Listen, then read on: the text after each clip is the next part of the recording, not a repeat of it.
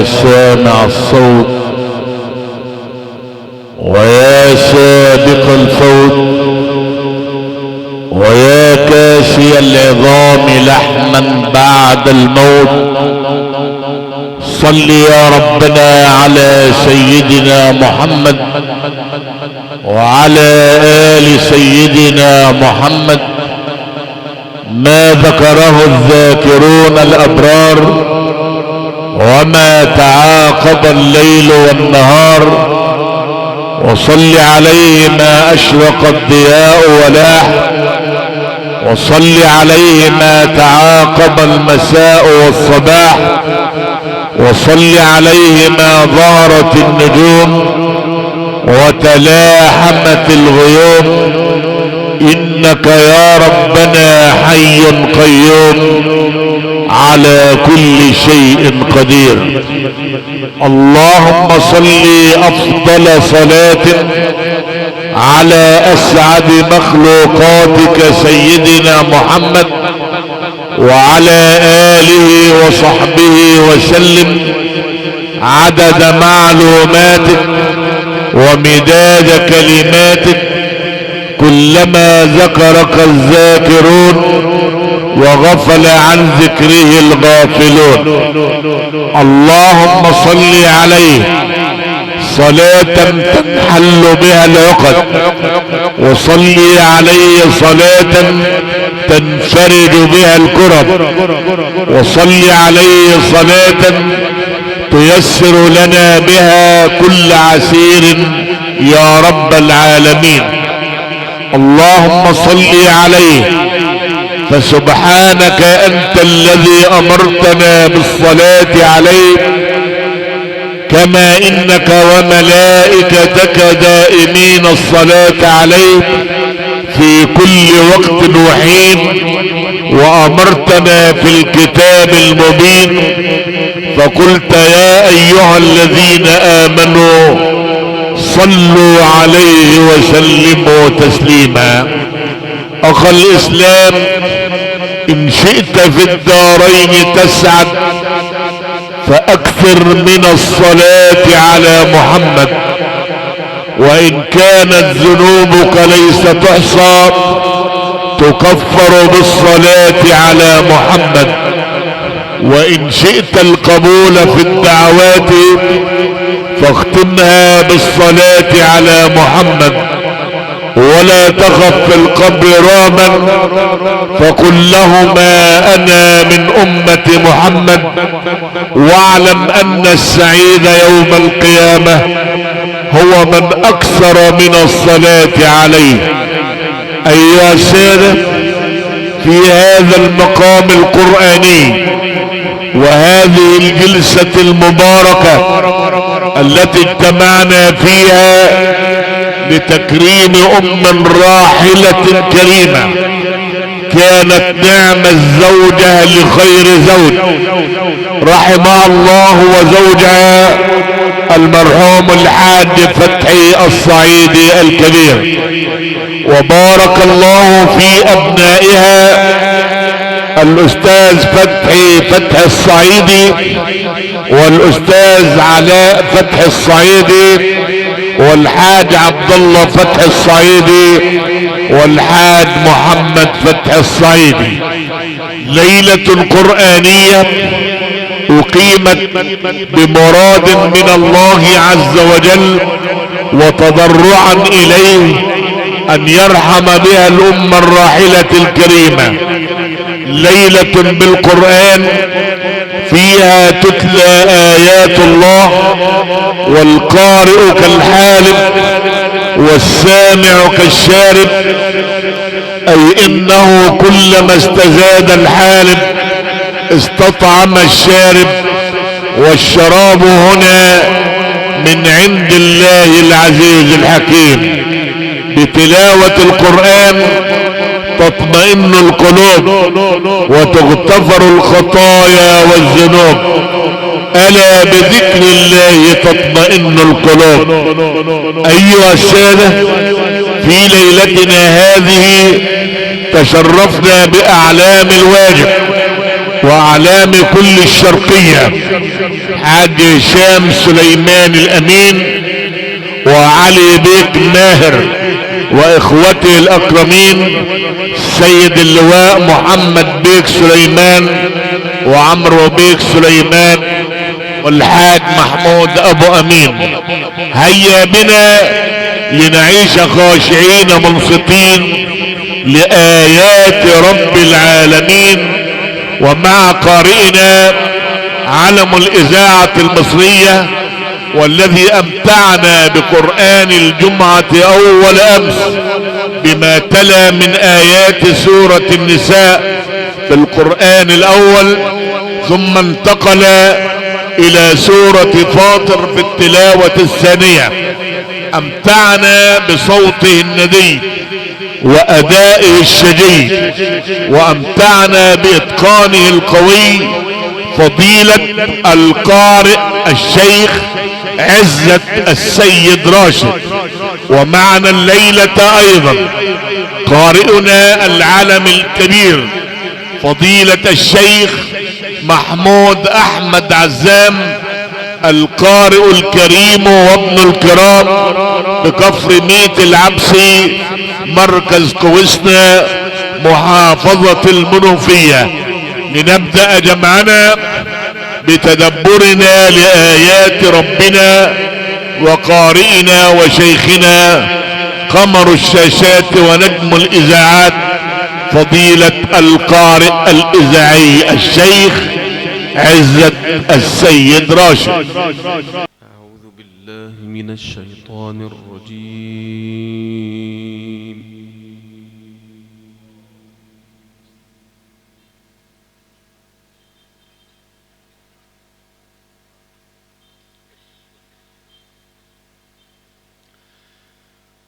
بسم الله الرحمن الرحيم.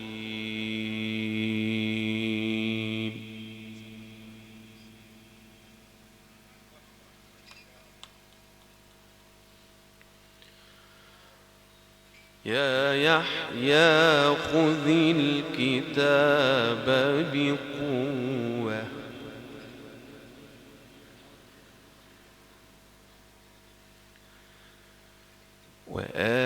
وآتيناه الحكم صبيا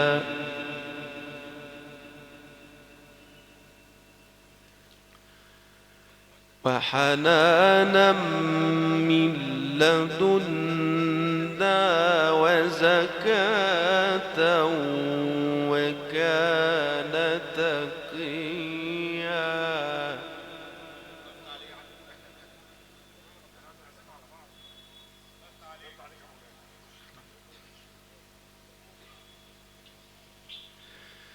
وبرا بوالديه ولم يكن جبارا عصيا.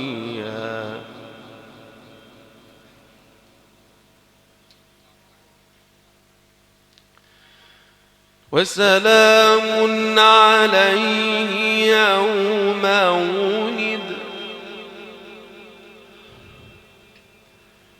ويوم يموت ويوم يبعث حيا. وسلام عليه يوم ولد ويوم يموت ويوم يبعث حيا. واذكر في الكتاب مريم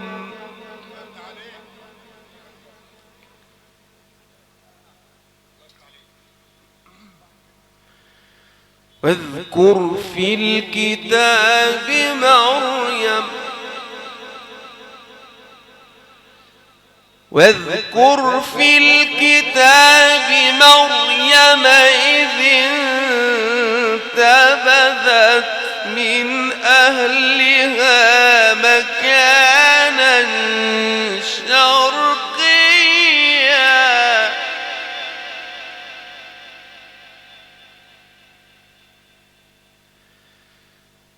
فاتخذت من دونهم حجابا فأرسلنا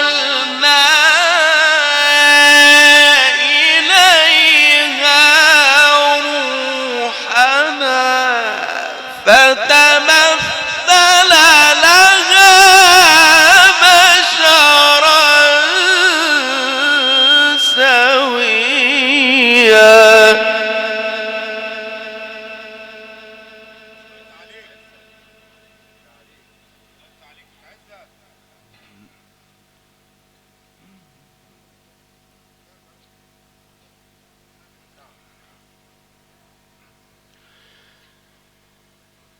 يا يحيى خذ الكتاب بقوة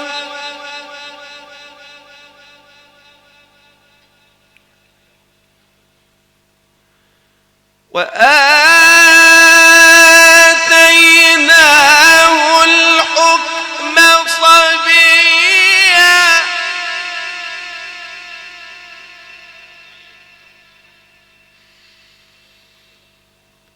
يا يحيى خذ الكتاب بقوة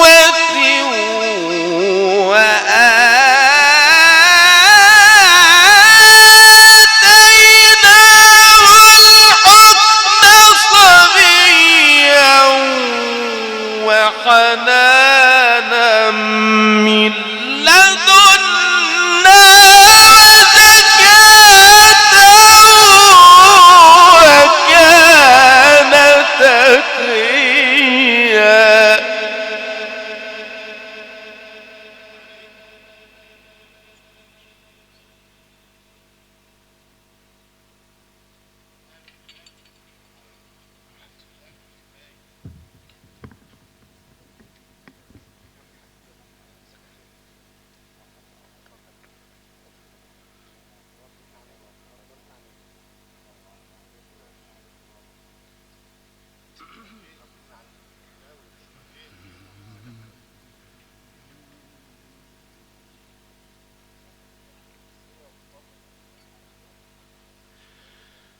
يا يحيى خذ الكتاب بقوة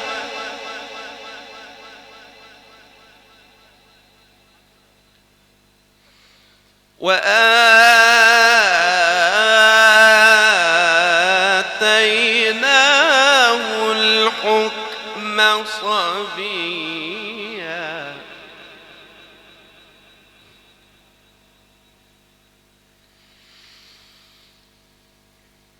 يا يحيى خذ الكتاب بقوة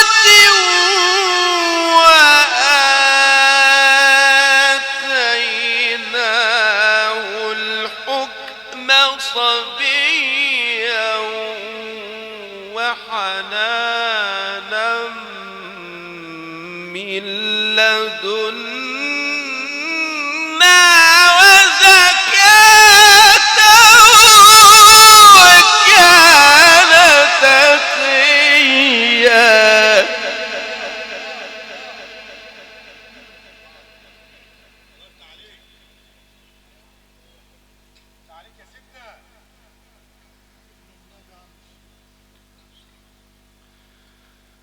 وبرا بوالديه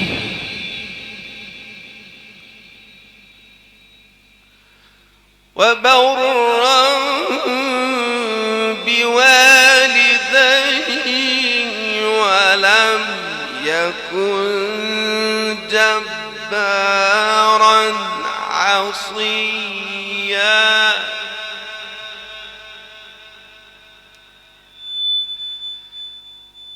وسلام عليه يوم ولد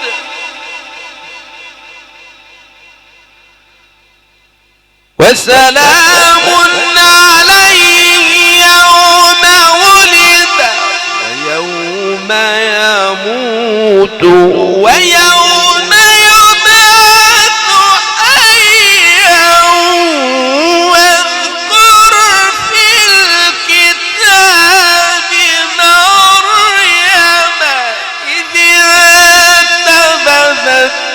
من أهلها مكانا شرقيا.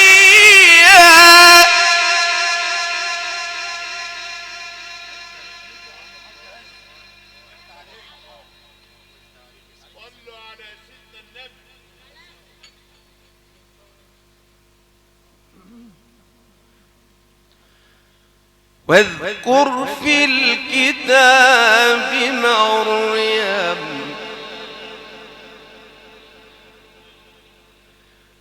واذكر في الكتاب مريم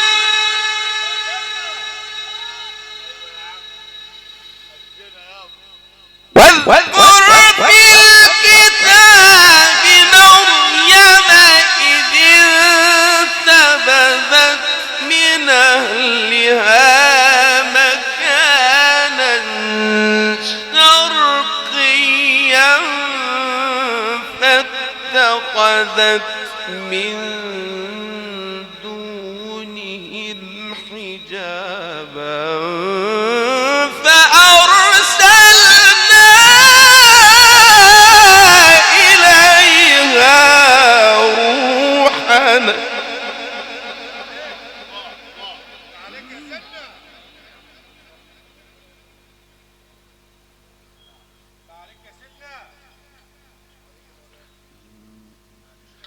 فأرسلنا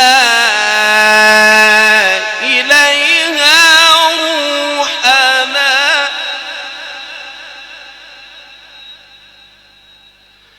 فتمثل لها بشرا سويا.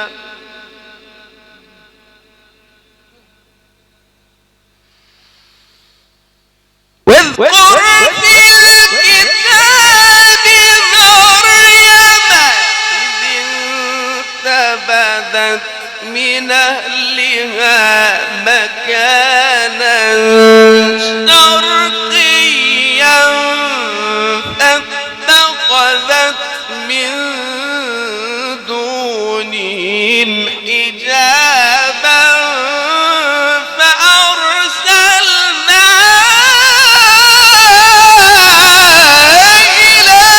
إليها روحنا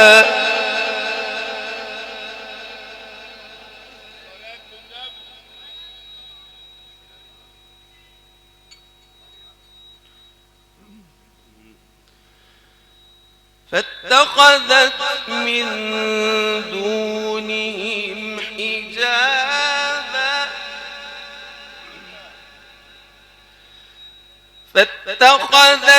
من دونهم حجابا فأرسلنا إليها روحنا فتمثل لها بشرا سويا.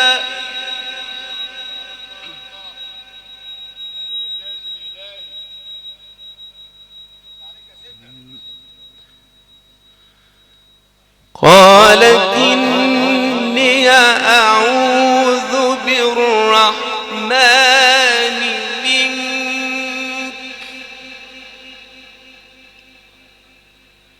إن كنت تقيا.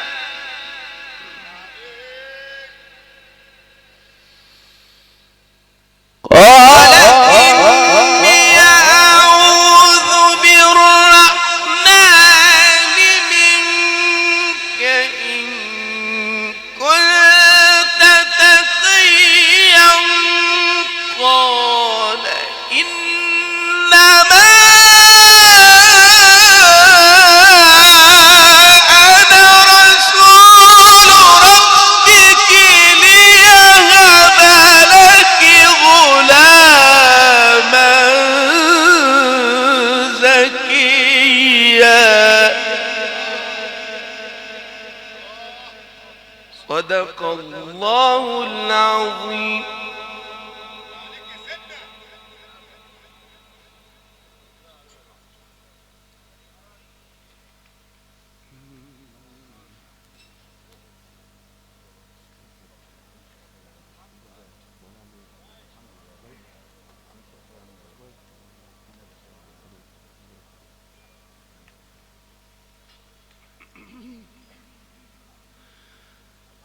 قالت إني أعوذ بالرحمن منك إن كنت تقيا.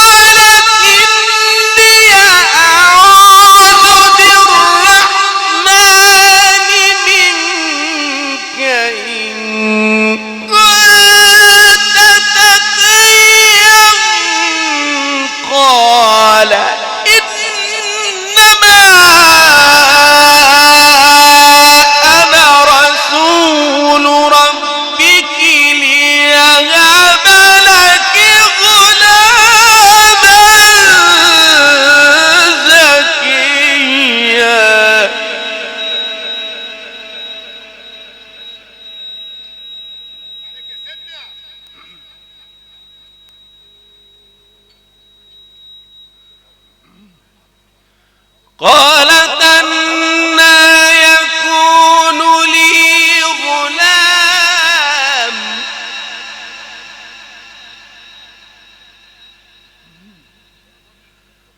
قالت أنى يكون لي غلام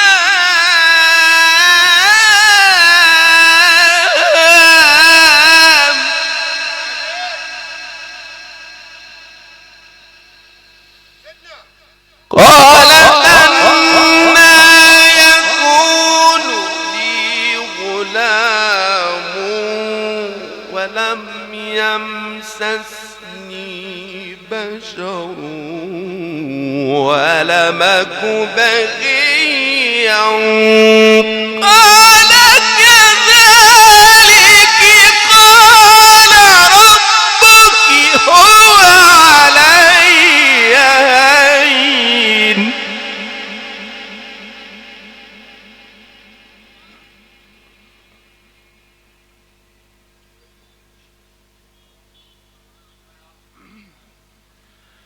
قال كذلك قال كذلك قال كذلك قال كذلك قال ربك هو علي هين ولنجعله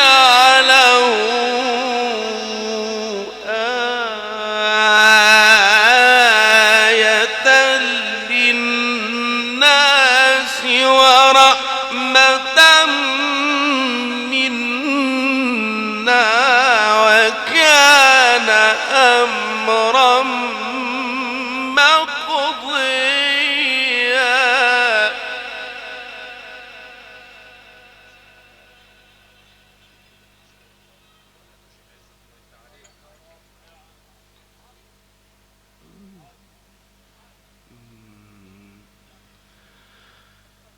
فحملته فانتبذت به مكانا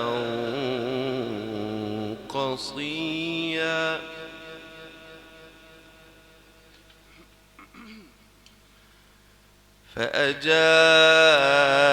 فأجاءها المخاض إلى جذع النخلة قالت يا ليتني مت قبل هذا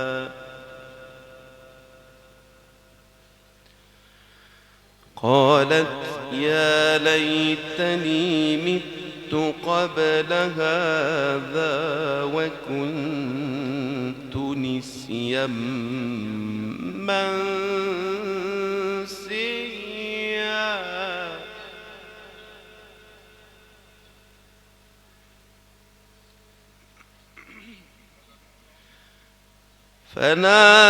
فناداها من تحتها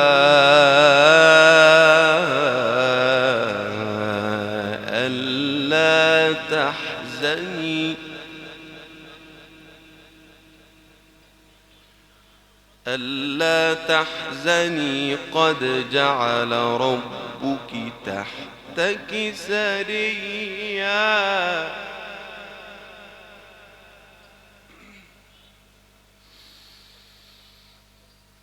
ألا تحزني قد جعل ربك تحتك سريا وهزي إليك بجذع النخلة تساقط عليك رطبا جنيا أكلي واشربي وقري عينا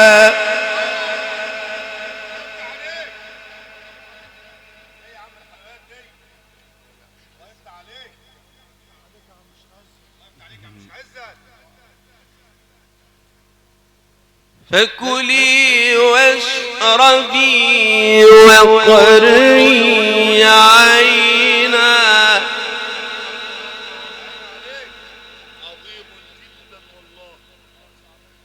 فكلي واشربي وقري عينا فكلي واشربي وقري عينا فإما ترين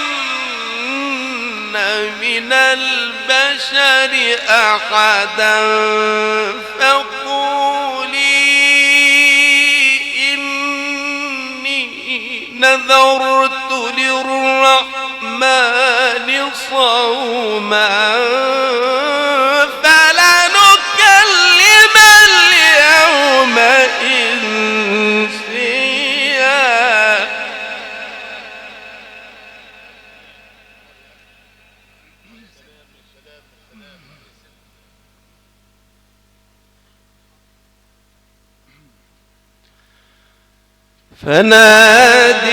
فناديها من تحتها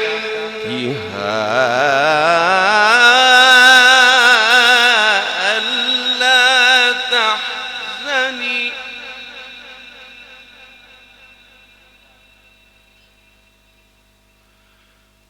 ألا تحزني قد جعل ربك تحتك سريا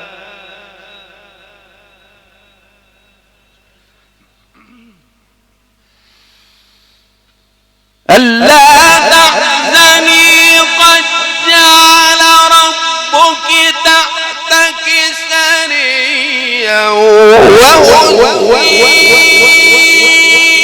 إليك بجذع النخلة تساقط عليك رطبا جنيا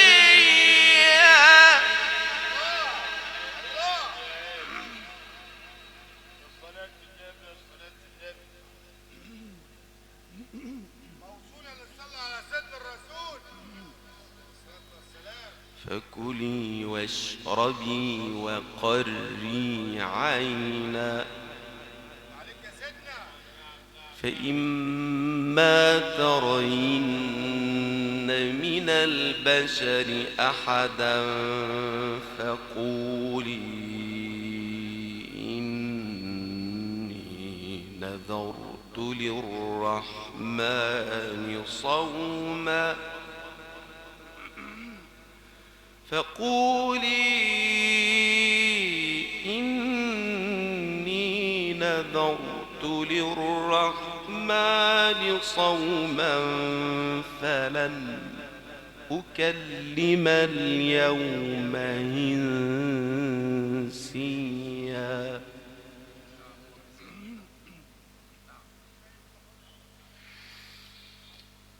فناديها من تحتها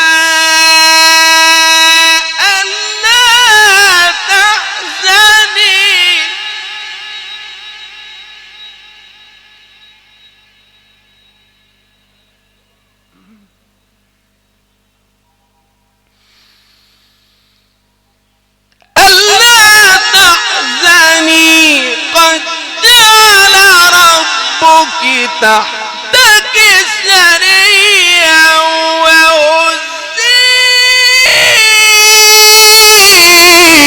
إليك بجذع النخلة تساقط عليك رطبا جنيا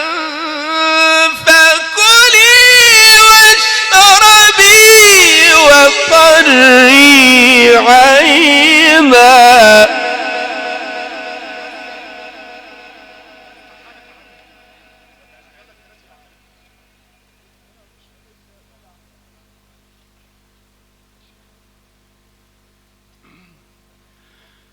فكلي واشربي وقري عينا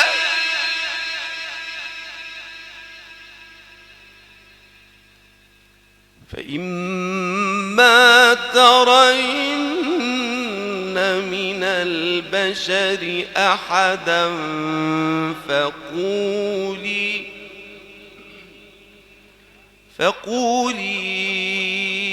إني نذرت للرحمن صوما فلن أكلم اليوم إنسيا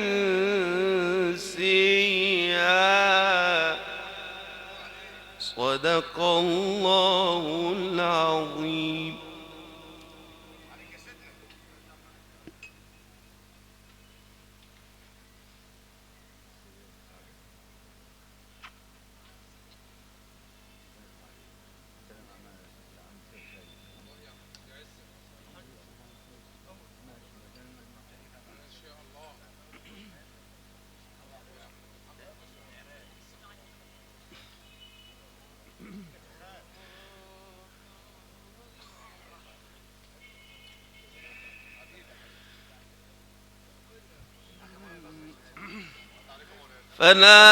فناديها من تحتها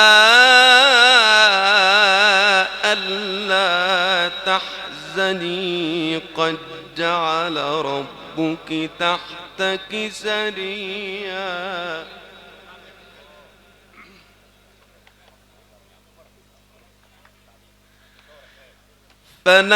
فناديها من تحتها ألا تحزني قد جعل ربك تحتك سريا ألا تحزني قد جعل ربك تحتك سريا وهزي إليك بجذع النخلة تساقط عليك رطبا جنيا فكلي واشربي وقري عينا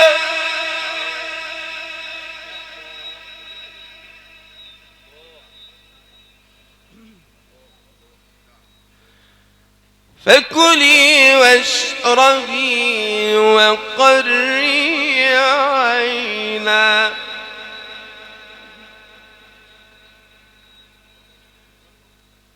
فكلي واشربي وقري عينا فإما ترين من البشر أحدا فقولي إني نذرت للرحمن صوما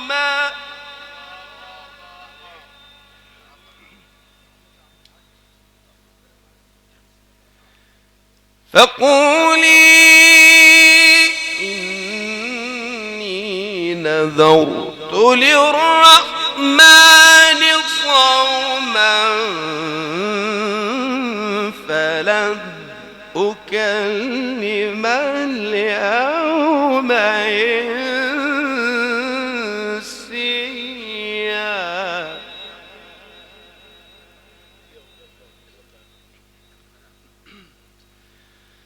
فأتت به قومها تحمله فأتت به قومها تحمله فأتت به قومها تحمله قالوا يا مريم لقد جئت شيئا فريا يا أخت هارون.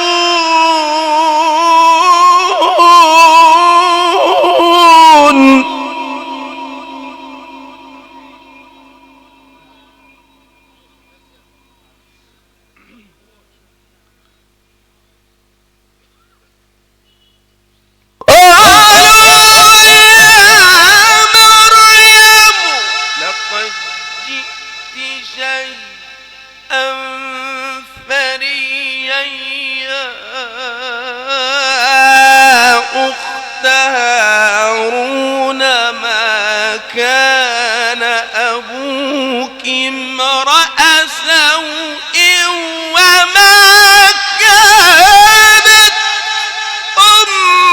أمك بغيا.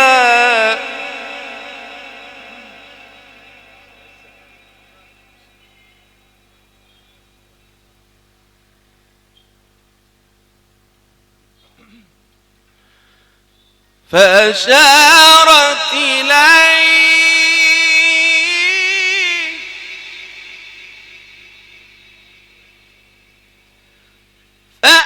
فأشارت إليه فأشارت إليه قالوا كيف نكلم من كان في المهد صبيا قال إني عبد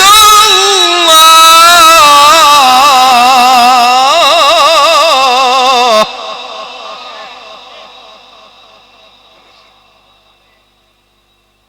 كل السورة بتدور حول الحتة دي، معنى الوحدانية وأنه لا إله إلا الله. قول يا عم قول. قال إني عبد الله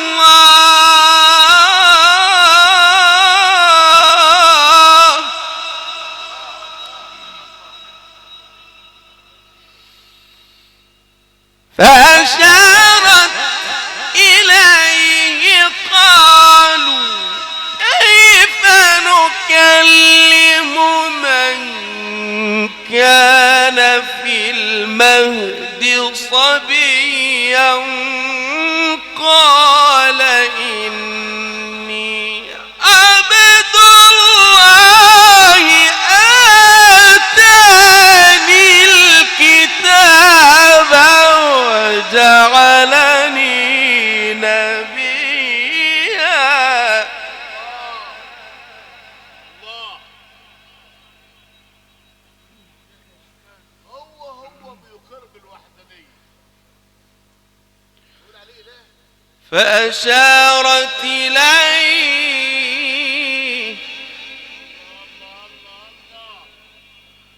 قالوا كيف نكلم من كان في المهد صبيا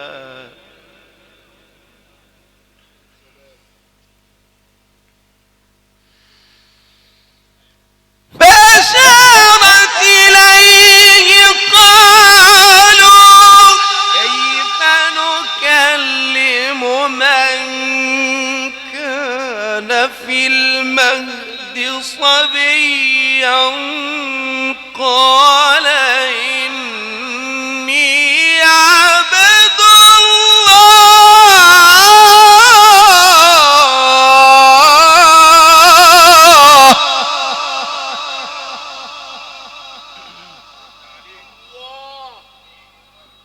لا اله الا الله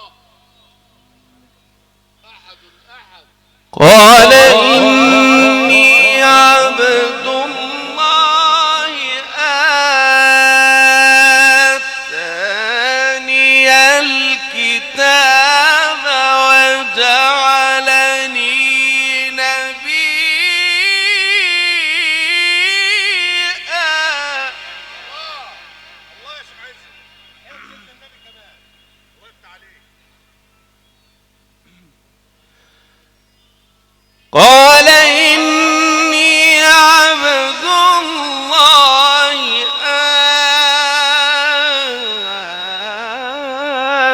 آتاني الكتاب وجعلني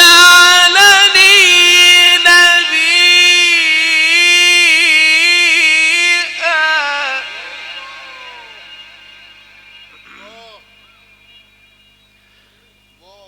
وجعلني مباركا أينما كنت وأوصاني بالصلاة والزكاة ما دمت حيا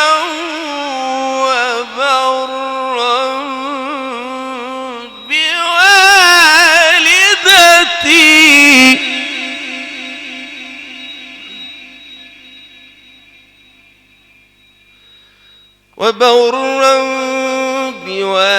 بوالدتي ولم يجعلني جبارا شقيا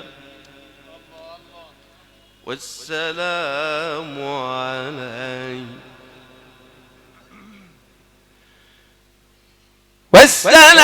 علي يوم ولدت ويوم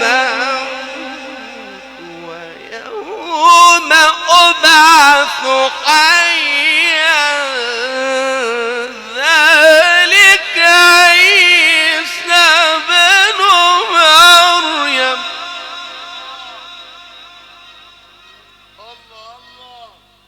قول الحق الذي فيه يمترون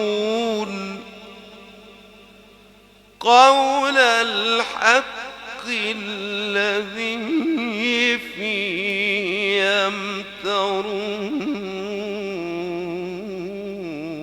يمترون ما كان لله أن يتخذ من ولد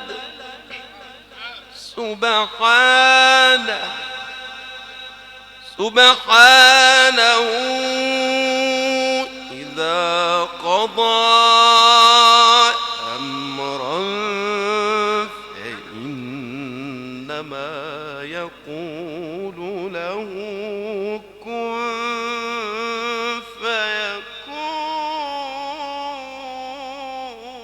فيكون وإن الله ربي وربكم فاعبدوه هذا صراط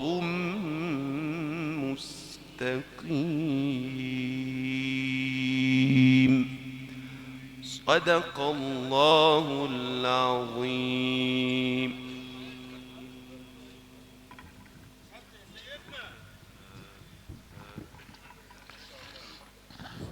قال إني عبد الله. بها نطق المسيح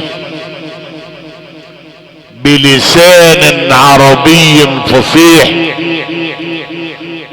من فوق كتف البتول يصيح معلنا لله الوحدانية، وله الحمد وله التسبيح. فمن ذا ينكر النفحات هذه؟ ورب العرش اوضحها جليا. فتلكم نخلة في غير وقت لمريم اثمرت ثمرا شهيا. اله العرش قال لها وهزي، فانزله لها رطبا جنيا. هكذا ايها الجمع الحفي استمعنا لآيات المولى العلي في هذا الجمع القرآني، وبصوت ندي وأداء شديد استمعنا إلى سورة مريم.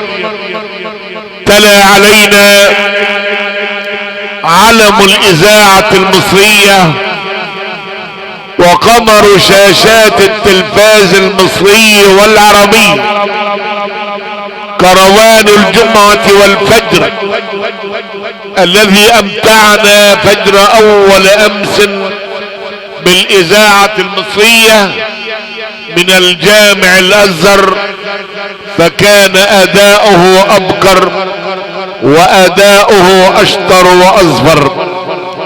فضيلة القارئ الشيخ عزة السيد راشد كفر اباظة مركز الزقازيق شرفنا بتلاوته، كما شرفنا معالي الوزير فتوح بيك عامر نائب رئيس قطاع الكهرباء بالشرقية والاسماعيلية، والحاج هشام سليمان الامين، وعلي بيك ماهر اقماره مركز منيا القبر، واخوته السيد اللواء محمد بيك سليمان وعمرو بيك سليمان رحم الله والدهم التقي. وكذلك شرفنا صاحب الواجب الاول بمنيا القمر الحاج محمود ابو امين، شاكرا لاصحاب الفراشة الكبرى وانارتها اللؤلؤية الحاج خليل محروس الصغير المجاورة 15 بالعاشر من رمضان. نعم التقنية العالية. اما الهندسة الاذاعية الحاج محمد الخولي واولاده العوجة الشرقية، وهم مصوري الحفلات القرآنية مخرجنا ناصر صلاح ونجليه المصور صلاح ناصر.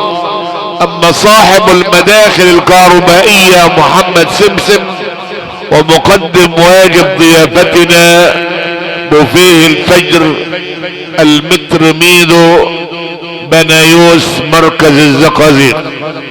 ايها الاخوة الكرام، شكر الله لكم جميعا، وندعوه الا يريكم مكروها ابدا، وندعو الله تبارك وتعالى ان يبلغ ثواب القراءة ونور تلاوتها الى روح سيدنا رسول الله، والى روح الام المتوفاة، والى روح زوجها رحمه الله. امين امين يا رب العالمين. شكر الله لكم جميعا.